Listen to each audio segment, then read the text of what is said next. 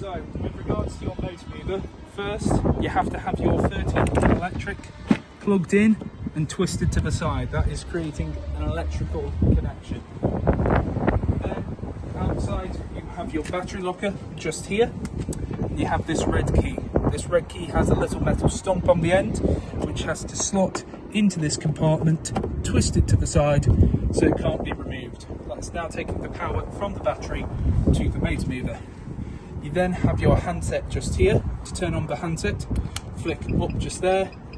It will flash at you a few times and then it will go still. Now if I were to just press the forwards and backwards buttons, as you can see the rollers themselves move.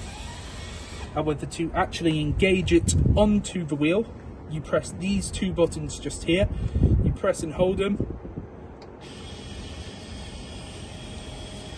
and then it will begin to put the rollers onto the actual wheel.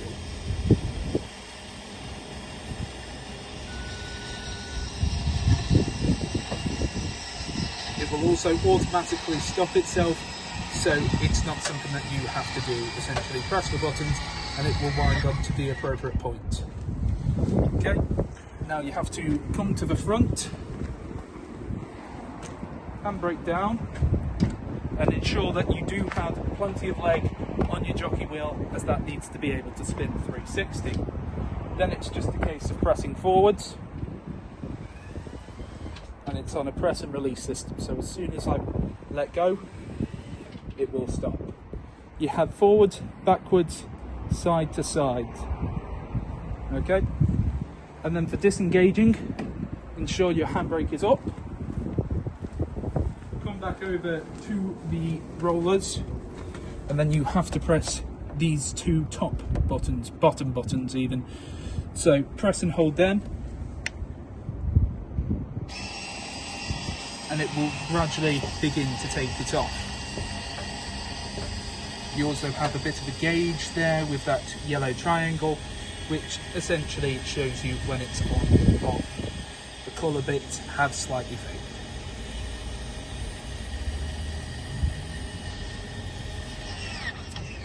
Okay, now that is all off, and you can also see when I just press the buttons that the rollers will roll. Then turn off the handset, take out your red key, so twist it out and pull it out. You can keep it there, but it's just up to you. Hi there and welcome. These are your handover videos for your 2011 Bailey Pegasus Genoa. These are a basic walkthrough on how to set up and operate the caravan as if you were coming on or off site. Starting off first, we have your hitch head here. Have to have your hitch head up and then your black lever pulled up. You can then wind down the jockey wheel onto the tow ball. Once it's on, it will essentially snap down that black candle, push up that red button and expose a green ring. You have a breakaway cable just here. Breakaway cable has to be put through an eye point if you have one. If not, put it around the tow bar. We do have 13-pin electrics, so do ensure that you have an adapter if you only have 7-pin adaptation. You've got a handbrake here which just engages and disengages just easy like that. And then you have the jockey wheel just here, used to level the caravan and also for when you're using the motor mover. 2 points either side and 2 points at the back, you have inserts for your legs. The caravan itself comes with a leg winder, or you can get yourself a 19mm drill bit and a power drill just to make it that bit quicker. Do not attempt to jack up or level the caravan using your legs, they're simply used for stabilisation. Now everything I'm using today is test equipment. So first up I have a mains lead feeding into the battery locker, which connects onto this point here. You have this cap to go over the top which will snap it into place and make sure it can't be removed. You can also feed the mains lead through that part and lock up your battery locker. There's also a ledge battery just next to it, which you ever need to remove it, you either need a 12 or 13mm spanner to be able to remove it. Your ignition point for your motor mover is also just behind there as well. At the front, I have a red propane gas bottle I'd always recommend propane over butane just because it has a better performance in winter, and an in-date gas hose. Black gas hoses will run for 5 years. That is connected onto the bottle, then onto the top of that regulator just here. So the regulator itself, you have to hand tighten it on as much as you can and then just nip it up using a spanner. You don't want to put a ridiculous amount of pressure on it because essentially there is an O-ring inside. If you tighten it too much, it can lead to the O-ring to crack, meaning that gas will be leaking out. Once both sides are firmly connected, twist the gas bottle in the positive or open direction. Coming around to the opposing side, just here we have your onboard tank. Now the onboard tank itself, you do have to take out individually to be able to fill it. It's not a case that it can be filled from the Akrol itself. However, you remove it, fill it with water, and it's got around a 10 or 12 litre capacity. And then there is a switch which I'll show you inside how to change it over. Just here we have your flue. Now you have to take off your flue when operating the boiler on gas. Now all you have to do is just slide it off each time. Just here we have your plug-in for your mains. So not mains water. So this just slots in nice and easy. Then you can push the cap down to lock it into place. You have this plastic cap to go over the top of the Akrol to ensure that no nastiness gets inside. And then at the bottom we have your strainer. Your strainer has to sit at the bottom of the barrel, as otherwise it can lead to cough, gasps or splutters. So ensure that's always at the bottom. Push that in, push it down just like so, and that's locked into place. Then lastly we have the toilet function. So first up, just down below here, we have the 2 point where your wastewater is going to come out of.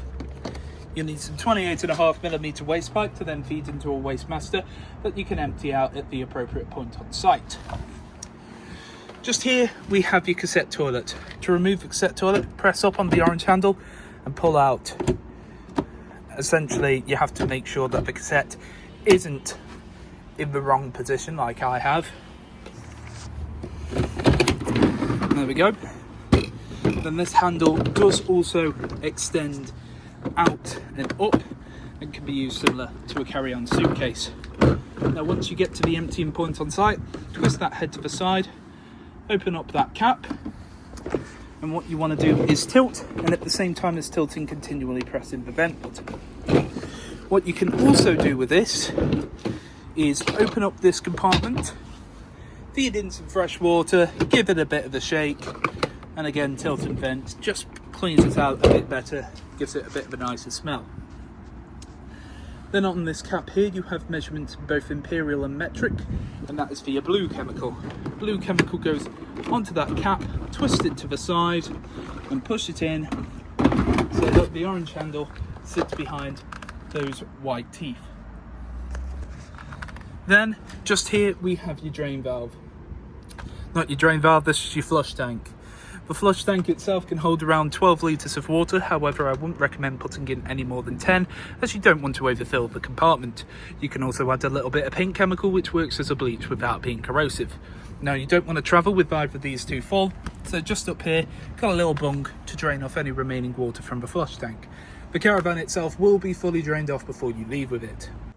Then underneath here we have your boiler. So the boiler itself does have a capacity of 10 litres.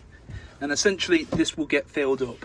When you are drawing the water through, the water will be drawn through, and any time that the water is taken out, it will be replaced by the water that is being pulled back through.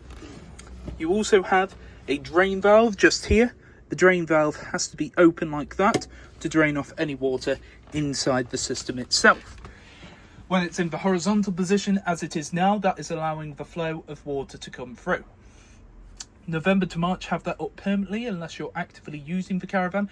Anytime you come off site, have it up, and pretty much you don't want to travel with water in the system.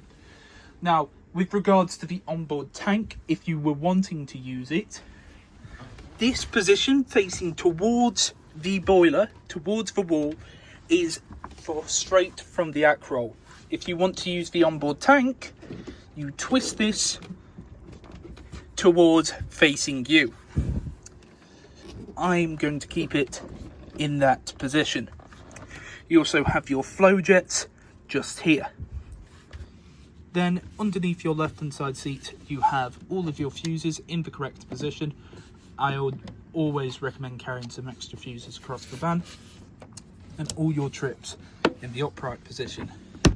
If you need some more information on what they represent, they say on the side, or you can have a look inside your book packs. Then just here, we have your main control panel. So you can turn on master just there, and master will also turn this compartment on, which shows you the amount of volts coming into the caravan, which is around about 13.2 as of right now. When you're plugged into mains, that will show the amount coming from the mains lead. However, when you just have the battery on and press that, that will show the voltage from only the battery. You then have the lights inside here, and then you have to use the individual light switch. Awning light, press that in, go to the outside and you can see that's on. And then pump, pressing on pump, and you can see there's a little green light. Now what that green light represents is the water that is being drawn through into the caravan itself. When that green light goes off, that means that the boiler itself is full.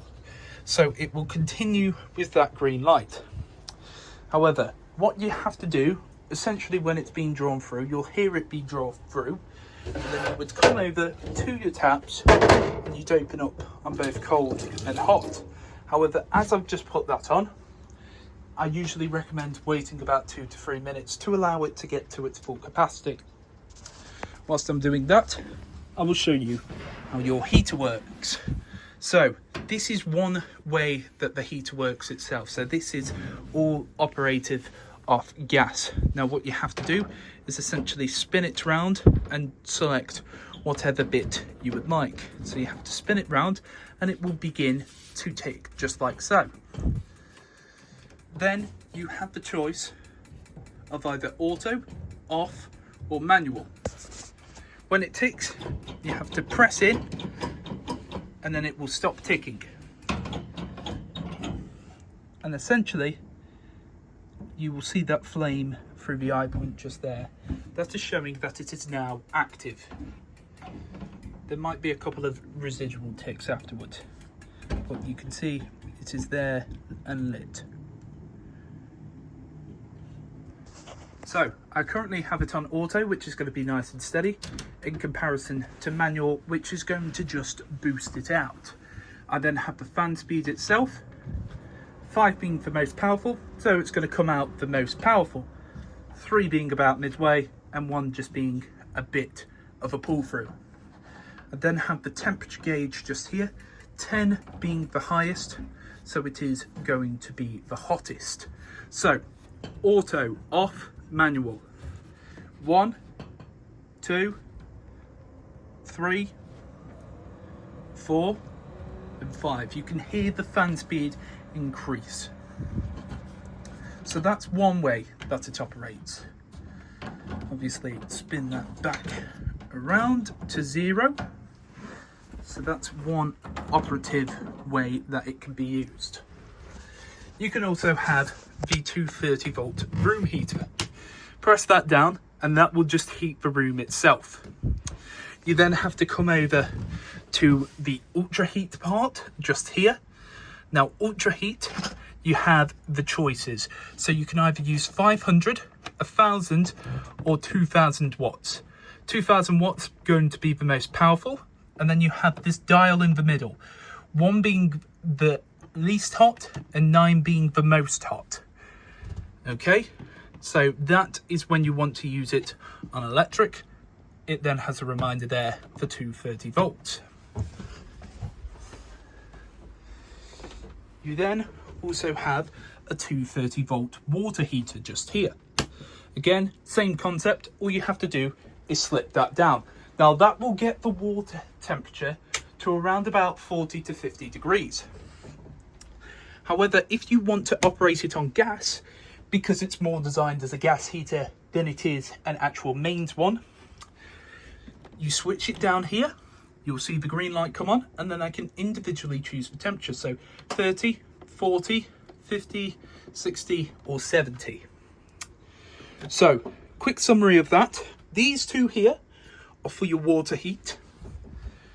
These two here are for the heating of the actual caravan when it's on mains. And this one here is for heating the caravan on gas. Now, that's been a few minutes to explain it. I'll just come back to here and you can see that there is no more green LED, meaning that the boiler itself is full. Meaning I can come over and test it on both cold and hot. Now, as you see, it begins to splutter when I change it over to hot. That's because I've not set the water temperature. It's not up to temperature, so it's trying to pull through water that isn't there, leading to the cough. When it's on cold, it's nice and fine. But essentially, what you want to do is let that run for about 30 seconds when you first initially set it up. You'll get a nice steady continuous stream, as you can see here. However, if you were to get any coughs like you would do on the hot side, essentially you would go over, you would check that the drain valve's in the correct position, you would check that the water temperature is being set to the correct part, you would check that the strainer is set at the bottom of the barrel, your plug's in properly, and you have plenty of water. You test that on that tap, and you can also test it on your other taps as well. I'm not going to test it on the shower because there are a few bits in it, but you can see here as well, on both hot and cold. Hot, you get the splutters because it's not being set, and cold, you get a nice steady stream. Then here we have your hob, grill and oven. Now all of this is operating off gas. What you have to do is press down, twist to the side, you'll hear the gas begin to get pulled through, and then you have to press your igniter. Now it's the same igniter for both of these two. Now when it does come to initially setting it up, it may be a case that the flame will light and then die off. That is just the gas making its way through its system, so it's nothing to be worried about, just relight it. Now if you were operating anything else off gas, I would recommend you check this first, just to ensure that the gas is being pulled through correctly. This is what it looks like when they're all lit. As you can see, all your flames nice and lit. Turn it off, back to the central position. Then it's the same concept for the grill. So for the grill, twist that over to the side, and then